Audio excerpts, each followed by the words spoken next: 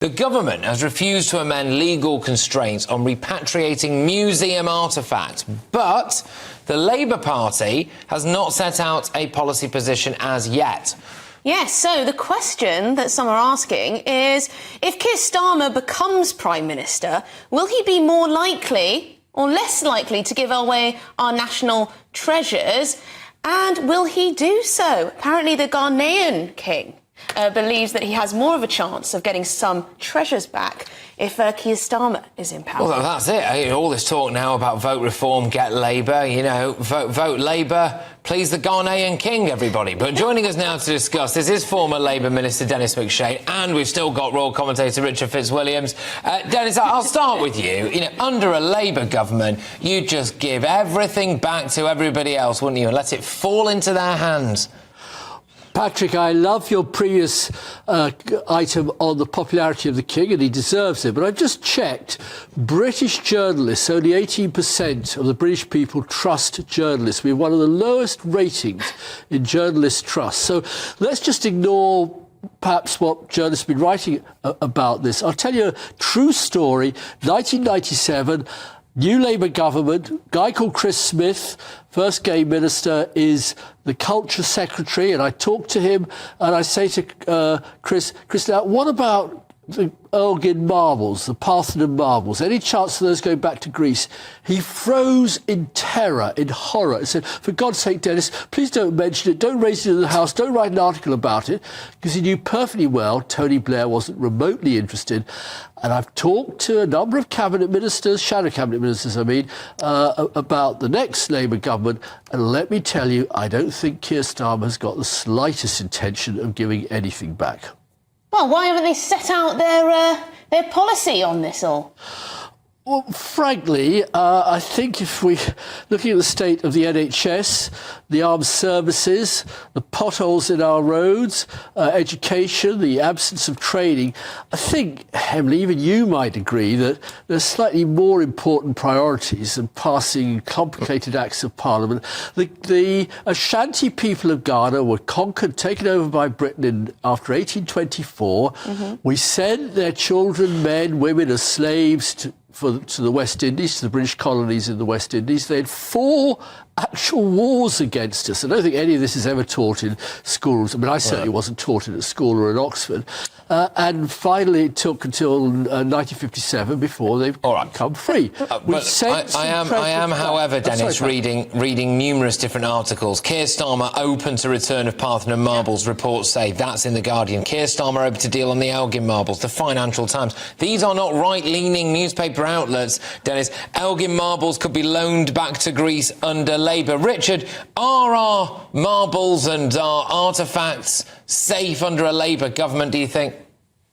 Well, I think it's a complicated question. The 1963 Act, as it stands, forbids the various national museums to give articles back. Hence the fact that this loan has been specially arranged with the Sandaheni, the king of the Ashantis, with the background, some of the background that Dennis has just illustrated.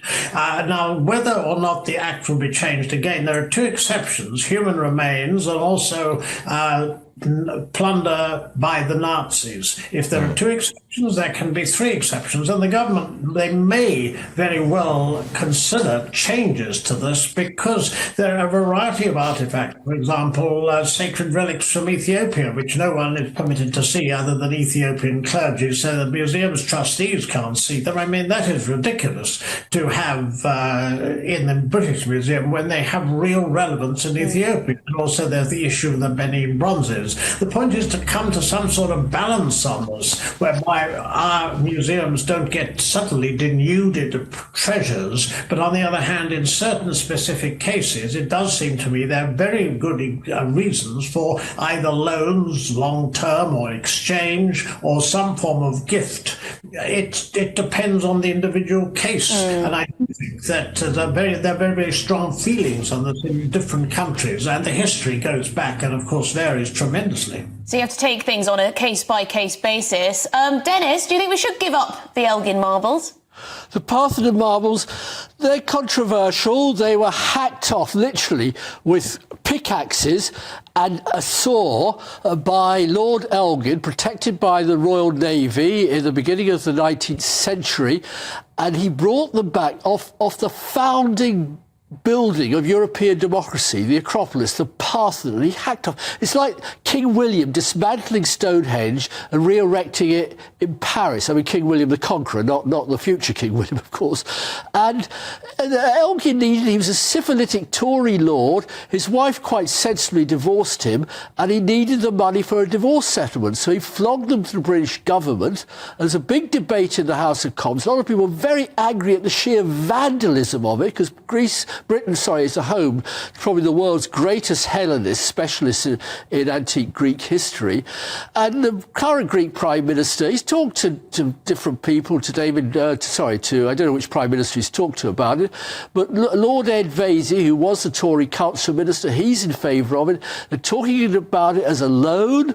That's tricky, but I just think, God, we need friends. Just to finish, I mean, Richard, do you think that the mood music is changing a bit on this, and that it may not be next year, but in a few years, perhaps a decade or so, we will just empty our museums because it's the politically correct thing to do? Ridiculous. We won't empty our museums because I think that would be ridiculous. But there are specific cases which, as Dennis has just been discussing. I mean, the taking from Ottoman-ruled Greece these treasures. If in 2009, near the Acropolis, I was there last December, the Greeks have a magnificent museum, and it's really, really something the human spirit soars when you go in there and you see the background to it all. And when you actually consider that it's very, very likely that there'll be some form of long-term permanent loan with something given back by the Greeks to the British Museum, the whole point is to handle it in a civilized way. There was a contretemps between the Greek Prime Minister and our Prime Minister, Rishi Sunak,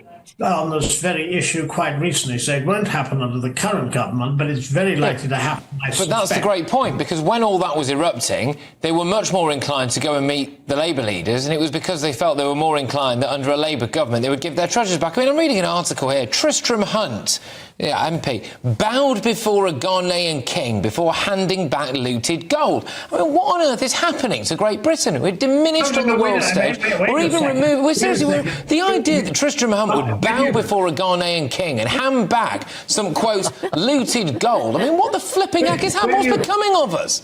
But wait a second. That is an outrageous description, Patrick. You know perfectly well. Firstly, in front of a king, it is respectful to bow. Yes, in his description, Tristram Hunt talked about the fact they'd been looted, and the Ghanaians, in fact, were scrupulously polite about it. The point is, however, that there is a museum attached to the Manuhia Palace where an exhibition homecoming will display them. They're on a 3-year loan. Since they're so valuable to the Ashantis, then it only makes sense to make that loan permanent, I would have thought. After all, I mean, they are one small item in the British I wonder Museum. if all loans might become permanent, though. I do wonder how much of a loan is. Not giving it back. Whether it is just giving back permanently. Thank you so much for that well-mannered debate. Very lively. Royal commentator Richard Fitzwilliams, thank you very much. And the former Labour Minister Dennis McShane, of course. Great to speak to you both. Good stuff. You just want to keep everything. Of course I do. You don't want to hand back anything. We've gone out and got them. We're not going to get them back. We can look after them here. I'm sorry, but them's the rules. Finders keepers or stealers keepers. Let us know what your thoughts. Are you Team Dennis, Team Richard, Team Patrick? They're not bowing before a Ghanaian king and handing him back a bit of gold. They can jog on. You'd bow before the Ghanaian king. Not if I was giving him back some gold, I wouldn't. Anyway.